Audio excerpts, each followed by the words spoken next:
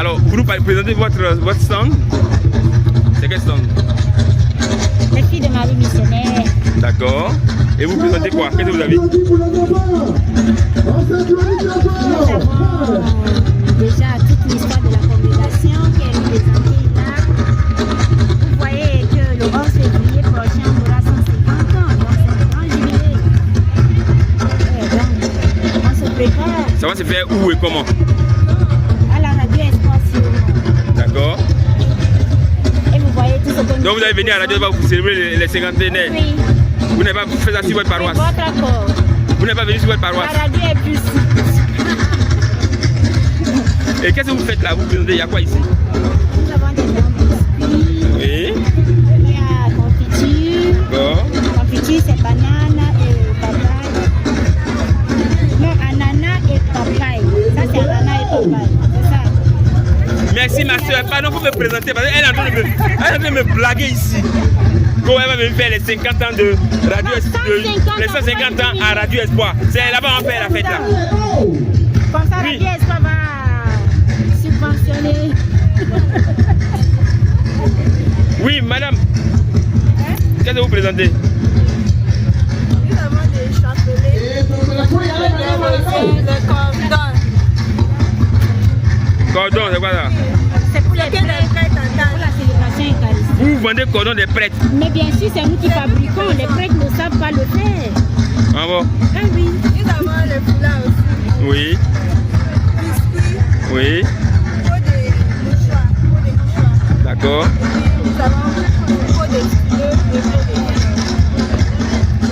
Nous avons yaourt aussi. Ah d'accord. Est-ce que vous vendez ici? Nous avons le sac. C'est bien. Voilà. D'accord. Et là c'est qui? Bonjour ma soeur. Comment tu vas? Oui, ça va très bien. D'accord. Qu'est-ce que vous nous présentez? Je vous présente de bonnes choses, des apéritifs. Alors, vous avez la Qui fait ça? Oui, qui a fait ça? Ce sont les sœurs orantes de l'Assomption. Encore vous? Toujours. C'est vous qui êtes à Koyobo là? Hein? La goyave, D'accord. il y a moringue. C'est alcoolisé tout ça? Oui, oui. Ah bon? Oui, c'est date.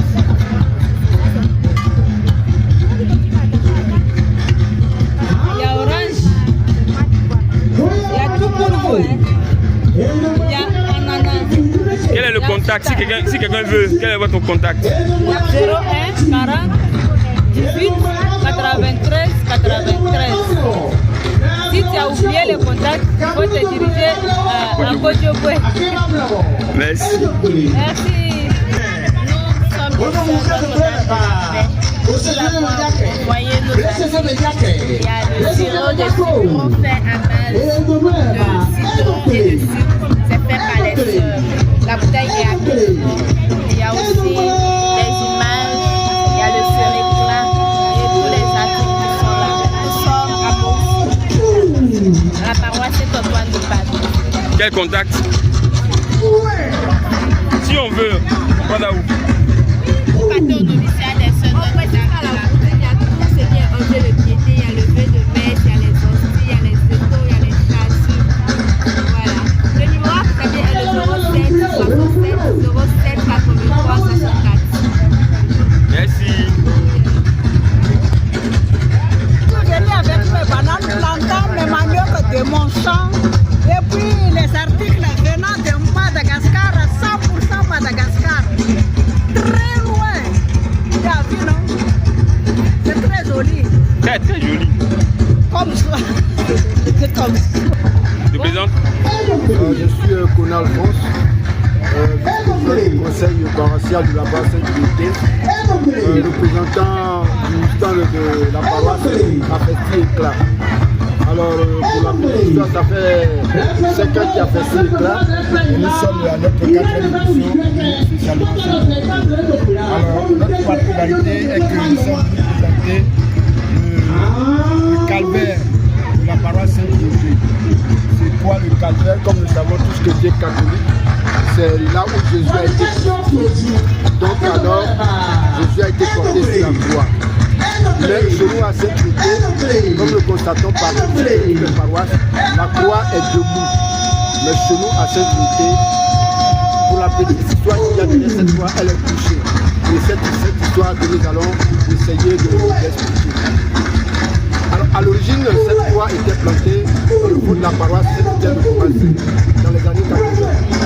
Donc pour nécessiter de travaux, le curé d'alors a demandé que la croix soit ôtée et déposée quelque part. Et puisque cet espace qui fait office de la paroisse Saint-Étienne aujourd'hui n'était pas encore construit, c'était un espace pour la paroisse Saint-Étienne.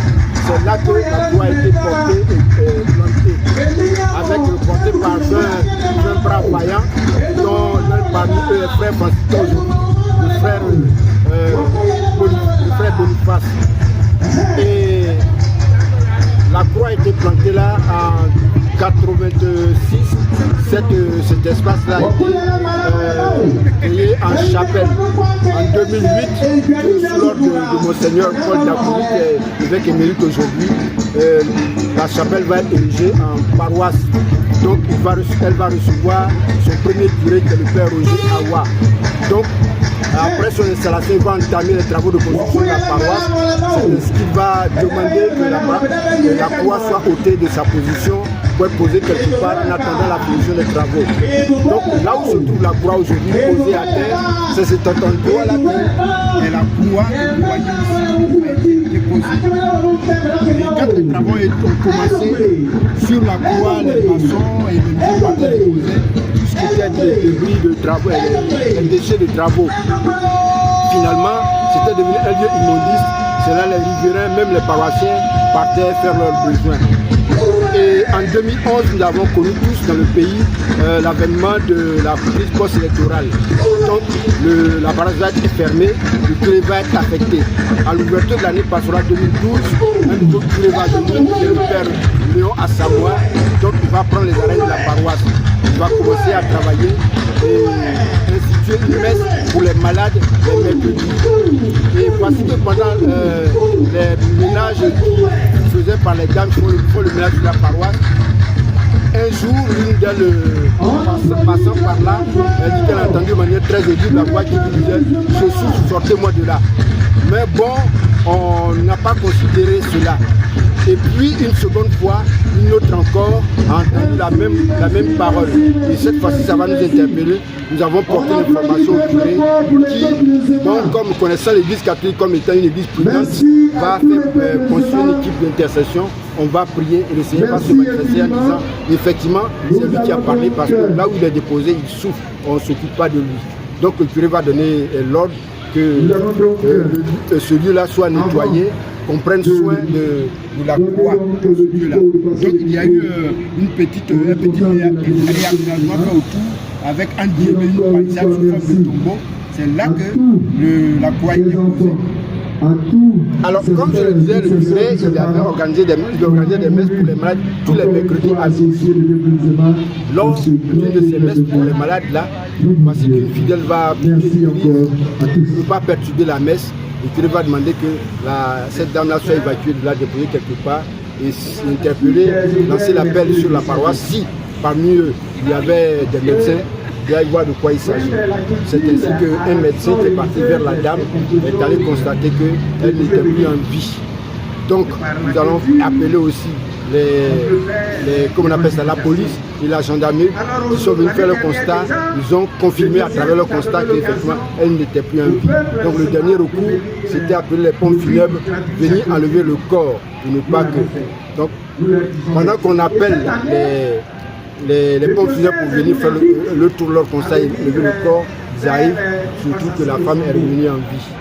Donc du coup, connaissant nous les chrétiens catholiques, c'est ce qu'on appelle les miracles visuels et sensationnels qui nous intéressent. Du coup, ça a pris tout le quartier de Koumassi et les visiteurs venaient de partout pour voir ce que c'était le calvaire. Et par jour, on pouvait enregistrer 1000 à 1500 visiteurs. des gens venant de tous bords, les chrétiens catholiques, les autres confessions religieuses, les musulmans, même les non-chrétiens qui venaient partout. Et jusque-là, ce calvaire existe, la croix existe à la même place et les miracles continuent. Mais pour que ce ne soit pas un calvaire quelconque, l'Église, avec sur instruction du Père à son âme, Monseigneur Malta Ambrosino qui est décédé, qui était passé là-bas aussi faire une visite, a demandé aux autorités ecclésiales de Bassam de diriger ce lieu en lieu de pèlerinage. C'est ce que notre premier évêque, notre premier pasteur, Monseigneur Raymond Awa, a obéi. Et en 2018, il a fait construire une chapelle qui loge la croix maintenant, qui est lieu de pèlerinage. Pendant les temps forts de l'église, temps de l'Avent, temps du carême, ce sont des grands temps de pèlerinage de l'église catholique. Tous les chrétiens venant de toutes parts vont faire leur pèlerinage là-bas. En dehors de cela, la chapelle, le calvaire, ouvert à tout le monde, tous les jours, à toute heure, n'importe quel moment. Ceux qui ont l'envie d'aller faire leur pèlerinage là-bas, leur prière personnelle, ils y vont. Et comme je le dis, jusqu'à présent, Jésus n'est pas mort. Nous savons que nous chrétiens, quelque chose comme que notre Jésus est vivant, il continue à faire des miracles dans ce lieu-là. Alors, pour véritablement faire vivre ce calvaire, nous avons nous avons suscité une pastorale pour la guérison des cœurs et la réparation, une pastorale pour les malades qui passe sur les antennes de Radio Espoir tous les vendredis. Alors le programme de cette pastorale-là, ça commence à 11h. De 11h jusqu'à 13h. Il y a d'abord la confession pour ceux qui peuvent se confesser. Il y a le coup pour ceux qui ne peuvent pas se confesser. Et après, c'est suivi du chemin de croix qui est conclu par la messe. Et c'est ainsi que le calvaire vit. Le calvaire vit pour la paroisse, le calvaire vit pour le diocèse, le calvaire vit pour l'église catholique de Côte d'Ivoire. Voilà un peu l'histoire de ce calvaire de Saint-Trinité. Anselme Seri, présentement aux études en Espagne, à Madrid, à l'université San Damaso, doctorant en théologie patristique. Cela dans le cadre du FESIECA 2024 pour présenter l'émission du diocèse de Grand Bassam à l'extérieur de notre territoire. Participer également à cette communauté fraternelle, donner des nouvelles des prêtres qui sont à l'extérieur. Pour dire que, bien qu'étant loin, notre cœur demeure ici, nous participons et de tout cœur à cette. Quelles sont les missions alors? Les missions, deux, essentiellement, la pastorale et les études. Mais il arrive que celui qui est en pastorale peut ajouter à son élément les études. Pour celui qui est aux études, peut également la pastorale. C'est des choses qui s'imbriquent et ça se coordonne parfaitement. Pourquoi présenter donc les missions du diocèse à l'extérieur à un festival culturel? Un festival culturel de Grand Bassam. De Grand Bassam. Terre d'entrée des missionnaires occidentaux sur nous pour apporter la bonne nouvelle. Aujourd'hui, la tendance semble s'inverser. Nous avons des prêtres ivoiriens, des prêtres africains, des prêtres qui ont vécu les premières années de colonisation avec l'évangélisation. À notre tour, nous allons également évangéliser d'une certaine façon, collaborer à la mission, à l'annonce de l'évangile, d'une autre façon, en nous intégrant à la culture des autres, en leur apportant ce que nous avons, ce que nous sommes. La porte d'entrée de l'évangélisation en Côte d'Ivoire, il est intéressant quand même de voir à quel niveau nous nous situons dans la mission à l'extérieur du diocèse. Grand Bassam envoie des prêtres en Côte d'Ivoire dans les autres diocèses pour apporter leur collaboration. Grand Bassam envoie également des prêtres hors du continent pour apporter leur collaboration, leur savoir-faire, leur simplicité, leur foi en Europe, aux États-Unis, en Asie. Et donc nous sommes présents dans toutes ces missions pour les études, pour la pastorale, et tout cela se coordonne parfaitement, se combine convenablement. Ils sont combien de prêtres? 57 prêtres à l'extérieur. Bon. Oui. Wow. Et qu'est-ce qui finit sur Irak? Et effectivement, il y a le frère M. Armand Joseph qui, après la soutenance, la présentation de sa thèse de doctorat en droit catholique à l'université urbanienne de Rome, a été retenu là-bas pour enseigner, pour apporter sa contribution au corps professoral de cette université. Bien sûr, avec l'aval de notre évêque. Donc, il y a des missions, il y a des groupes qui sont là-bas, non pas de leur gré, mais sont toujours en mission. Ça peut être décidé de savoir que est-ce que vous songez à essayer là-bas comme une mission? Effectivement, nous, avec l'évêque, nous en avons parlé, parce que sur le long terme, c'est des choses à envisager, parce que les gens besoin de savoir. Il faut dire que les prêtres, d'une certaine façon, sont des diplomates. Et donc, dans les différents contrées où ils se trouvent, ils sont profondément, ils sont intégralement associés aux activités de ces communautés, de ces contrées. Et donc, il faut dire que nous sommes une figure représentative de notre diocèse et nous devons apporter quelque chose. Et donc, à long terme, on pourra organiser ce genre de festival à l'extérieur, dans des pays donnés, où les gens viendront découvrir. Déjà, ils organisent des salons culturels, agricoles et tout ça au niveau de l'État de Côte d'Ivoire. Et souvent, nous participons non pas en tant que prêtre, mais en tant que citoyens de la Côte d'Ivoire dans ces pays.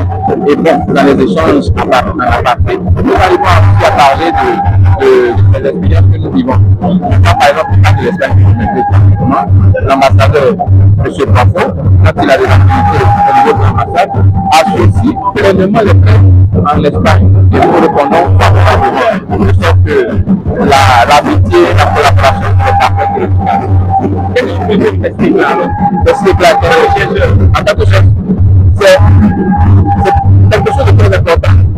Avoir la tête dans la civilisation, mais le pied doit toujours rester dans la culture. Dans ce que nous sommes, dans ce que nous avons touché. Nous sommes capables de valoriser ce que nous avons. J'ai l'impression que parler de culture, de tradition, de ce que nous avons au niveau de chez nous ici, péjorativement axé de démocratie. Mais non, Jésus est né dans une civilisation, Jésus est né dans une culture. Et cette culture vit aujourd'hui à partir des exemples, des paraboles qu'il donnait, que nous, quand nous comprenons la parole de Dieu. Mais nous aussi, nous avons nos paraboles, nous avons nos cultures, nous avons notre civilisation. Nous devons aussi intégrer ce message.